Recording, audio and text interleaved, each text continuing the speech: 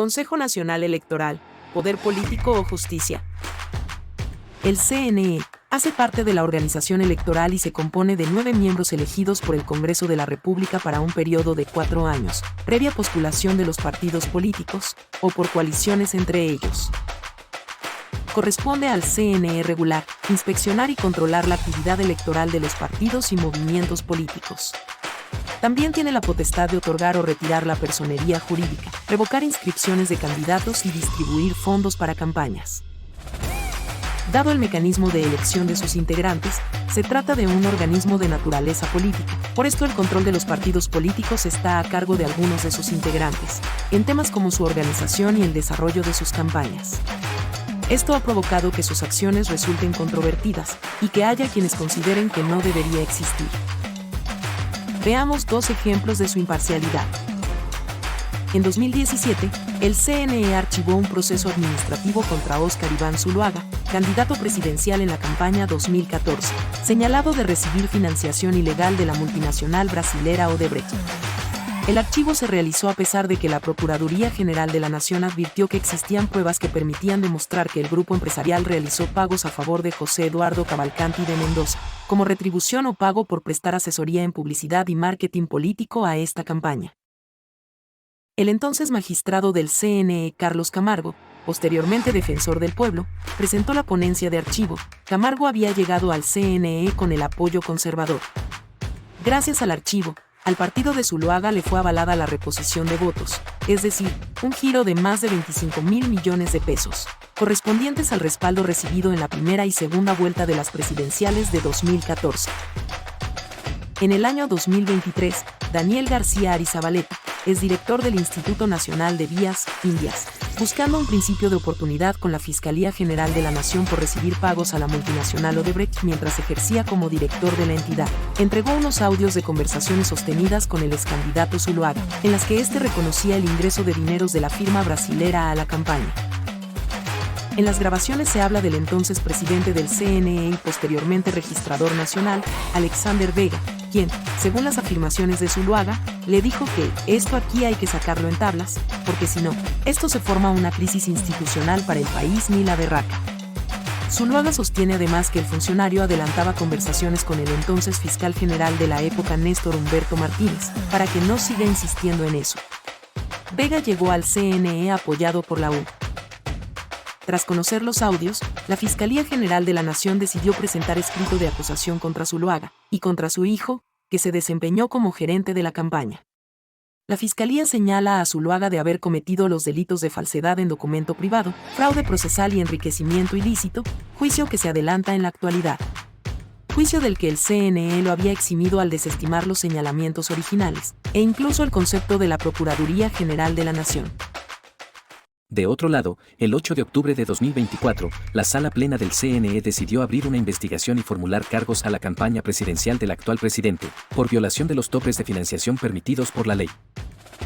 La ponencia fue presentada por el magistrado Álvaro Hernán Prada, miembro del Partido Centro Democrático, e investigado por la Corte Suprema de Justicia en el marco del proceso que se adelanta contra el expresidente Álvaro Uribe Vélez, por manipulación de testigos.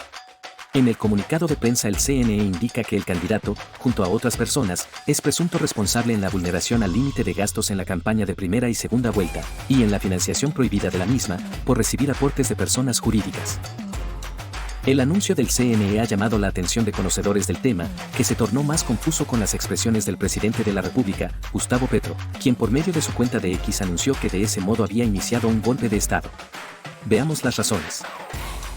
1. El CNE no tiene competencia para investigar a un presidente de la República. De acuerdo con la normatividad vigente, el responsable de la rendición de cuentas de una campaña presidencial es el gerente. Si bien el mismo artículo dice que el candidato responderá solidariamente por la oportuna presentación de los informes contables y por el debido cumplimiento del régimen de financiación de campañas, el hecho de haberse convertido en presidente lo saca de la órbita del CNE.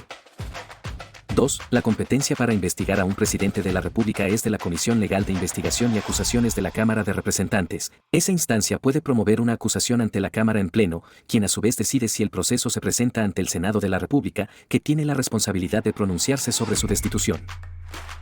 3. La violación de topes o límites de gastos de las campañas puede afectar al gerente con sanción económica por el valor del monto excedido, cárcel de 4 a 8 años, e inhabilitación para el ejercicio de derechos y funciones públicas por el mismo tiempo.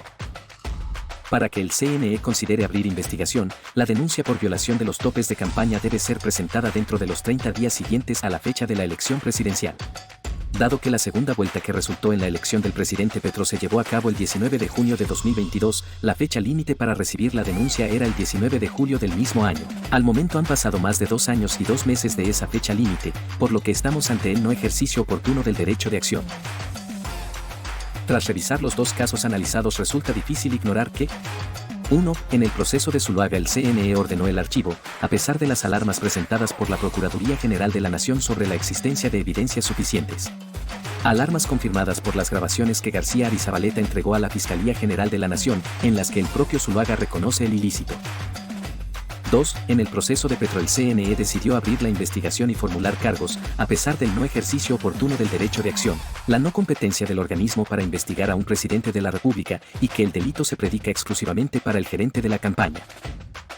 Petro es el primer presidente al que el CNE le abre una investigación formal, a pesar de que anteriores administraciones estuvieron involucradas en hechos especialmente sensibles, relacionados con la financiación de sus campañas, como fueron los casos de Samper y los aportes del cartel de Cali, y Duque con la financiación del narcotraficante Ñeñe Hernández, ambos casos enmarcados por la existencia de abundantes pruebas de audio que confirmaban las irregularidades. ¿Cuál puede ser la explicación para la gestión especialmente diligente del CNE en el caso del presidente Petro? En su parecer, lo anterior podría tener que ver con el carácter político del CNE. Si es así, ¿cuál puede ser el aporte al país de una institución que funciona haciendo eco de la puja de los partidos políticos por el poder? ¿Encuentra usted razonable que los colombianos paguemos con nuestros impuestos salarios de más de 48 millones de pesos para funcionarios que realizan su actividad buscando proteger a sus copartidarios, más que controlar y sancionar objetivamente las actividades de los partidos y movimientos políticos? Síguenos en Temerario.